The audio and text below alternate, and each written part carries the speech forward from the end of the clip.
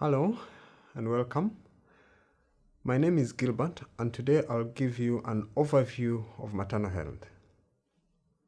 Maternal health is one of the components of sexual and reproductive health and rights. It focuses on the health of women during pregnancy and childbirth and the period after the child is delivered. Pregnancy greatly alters the health of a mother, and the health of a mother impacts the health of a baby. And while motherhood is often a positive and fulfilling experience, for too many women, it's associated with suffering, ill health, or even death. A woman's chance of dying or becoming disabled during pregnancy or childbirth is closely connected to her social and economic status, the norms and values of her culture, and the geographic remoteness of her home. And generally speaking, the poorer and the more marginalized a woman is, the greater her risk of complications or death are.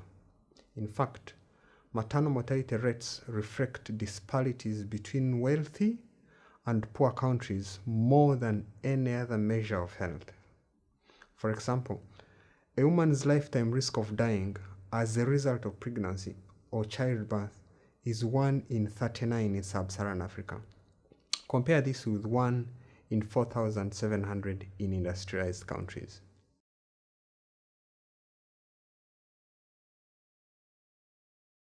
A number of key indicators are used globally to understand women's access to reproductive care services.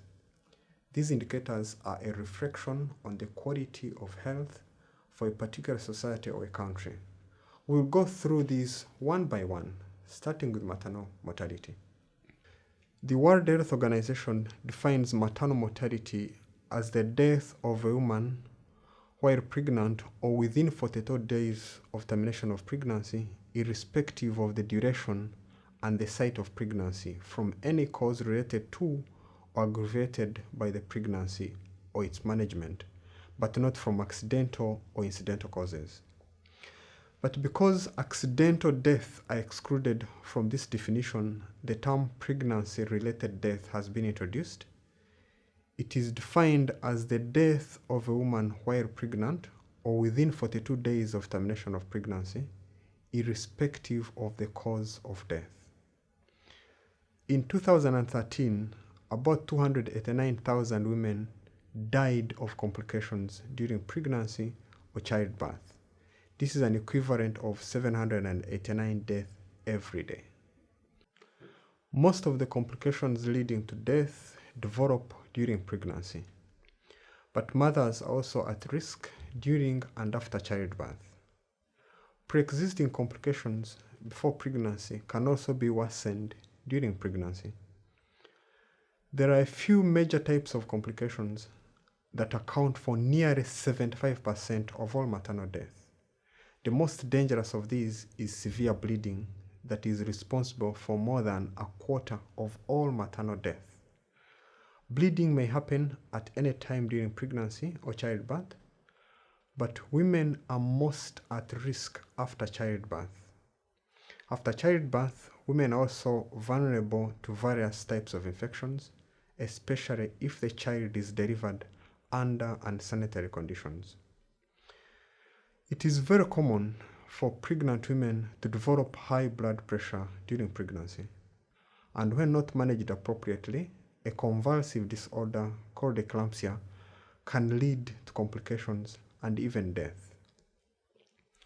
Occasionally, during labor, the baby is unable to pass through the birth canal for various reasons. When this is not detected early in labor, complications arise. For example, rupture of the uterus, which may lead to death of the mother and the baby, or both. The last major complication that leads to maternal death is unsafe abortions.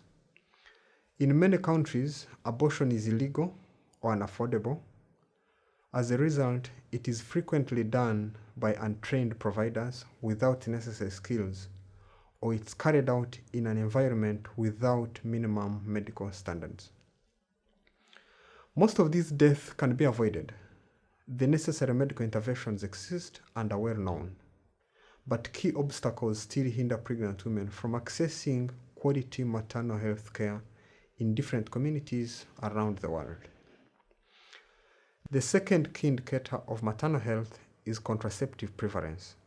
This refers to the percentage of women in the reproductive age who use or whose sexual partner is using at least one modern method of contraception, like condoms or oral hormonal pills.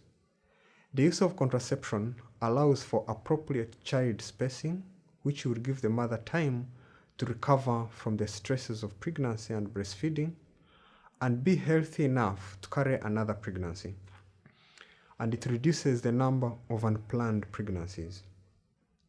The unmet need for contraception is highest among young, impoverished women living in rural areas with poor access to education. Even in many developing countries, women in the top income bracket are twice as likely to use modern contraceptives as women in the lowest bracket. The third key indicator of maternal health is the percentage of women that have access to antenatal care by skilled health personnel. Antenatal care is the screening for health and socioeconomic conditions that are likely to increase the possibility of specific adverse pregnancy outcomes, as well as providing effective therapeutic interventions and dealing with emergencies during pregnancy. Another part of antenatal care is educating pregnant women about how to plan for a safe birth. The fourth key indicator is the access to a skilled attendant during birth. A skilled attendant is an accredited health professional who has been educated and trained properly in the skills needed to manage normal pregnancies, childbirth, and immediate postnatal period, such as a midwife, a doctor, and a nurse. A skilled health professional can administer interventions to prevent and manage life-threatening complications, such as heavy bleeding, or refer the patient to a higher level of care when needed. Traditional birth attendants who are not formally trained do not meet the definition of skilled birth attendants.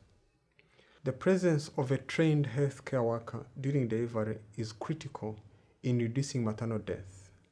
The number of maternal deaths is highest in countries where women are least likely to have skilled attendants at delivery.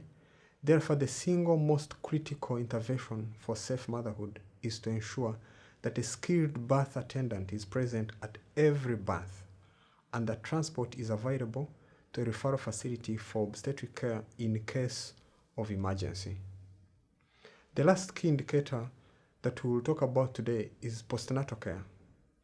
The postnatal period is the first 6 to 8 weeks after birth, and this period is critical to the health and survival of a mother and her newborn, as most of the causes of maternal death are more likely to happen during this period.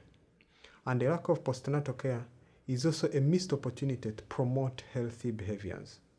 Poor maternal health leads to complications that can lead to disability or death for thousands of women and newborns every day.